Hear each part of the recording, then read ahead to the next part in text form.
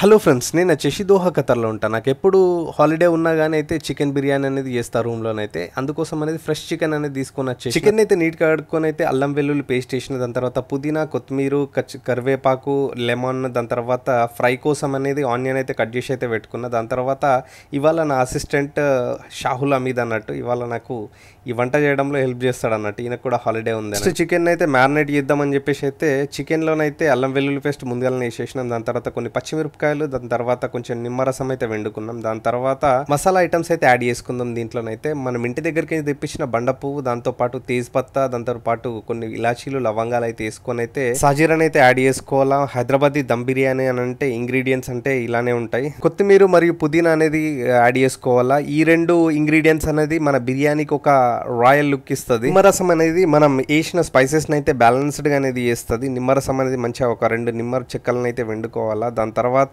తగినంత ఉప్పు, కారం వేసుకున్న తర్వాత బిర్యానీ మసాలా అనేది నేనైతే యాడ్ చేయబోతున్నా. బిర్యానీ మసాలా అనేది లూలుకి నుంచి అయితే తీసుకొచ్చిన. బిర్యానీ మసాలా యాడ్ చేసిన తర్వాత దాంతో పాటు పెరుగునైతే వేసుకోవాలా. పెరుగు అనేది కంపల్సరీ, ఎందుకనంటే జ్యూసీగా గ్రేవీగా రావాలంటే పెరుగు అనేది మనం యాడ్ చేయాల్సి వస్తుంది. అంతలోపు అయితే మనం ఆనియన్స్ ఫ్రై కోసం వేసిన ఆనియన్స్ అయితే రెడీ అవుతున్నాయి. దాన్ని ఒకసారి కలుపుకున్న తర్వాత మ్యారినేట్ చేసుకున్న చికెన్ అయితే సైడ్కి అట్లా పెట్టేసుకొని అయితే మీదికించి ధనియాల పౌడర్ వేసుకొని అయితే అట్లా సైడ్కి పెట్టేసి మరోసారి అయితే మంచి కలుపుకొని అయితే మ్యారినేట్ అయితే వేసుకోవాలా. ప్రతిసారి ఎందుకు బిర్యానీలో కలపాలంటే మాల్ మసాలా అనేది ముక్కకు మంచిగా పట్టుకోవాలని చెప్పి ఒకవైపు అయితే ఆనియన్స్ అనేది ఫ్రై అవుతున్నాయి, ఒకవైపు అయితే రైస్ అనేది ఉడుకుతుంది. ఆనియన్స్ అనేది మనం చికెన్లోనే అయితే తీసుకొని అయితే మళ్ళీ మ్యారినేట్ అయితే వేసుకోవాలా. గరం ఉంది కాబట్టి స్పూన్ తోటి అయితే కలిపిన. దాని తర్వాత మళ్ళీ ఒకసారి చేతితోటి కలిపి అయితే రెడీగా పెట్టేసిన. ఒకవైపు అయితే ఆల్రెడీ రైస్ అనేది ఉడుకుతుంది. రైస్లోనైతే పుదీనా, కొత్తిమీర, కొంచెం గీ అయితే ఇవ్వాలని.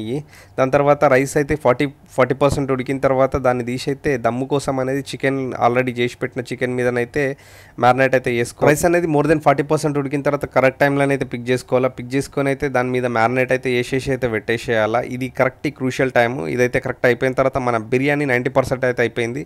దాని తర్వాత ఒక పీస్ అయితే టేస్ట్ చేస్తా అని చెప్పిండు మావాడు. ఉడికిందా లేదా అని ఒకసారి టేస్ట్ చేయమని చెప్పేసి అయితే కలిపి అయితే అందులోకించి తీసిన. దీంట్లోనైతే నేను ఏది కలర్ గ్రేడింగ్ కానీ ఏది వేయా నేను. చాలా అంటే చాలా అద్భుతమైన స్మెల్ అయితే వచ్చేసింది బిర్యానీ ఓపెన్ చేయగానే. అసలు దీంతో పాటు కొంచెము ఆనియన్స్, దాని తర్వాత నిమ్మకాయలు వేసుకొని అయితే తింటుంటే అసలు మౌత్ వాటరింగే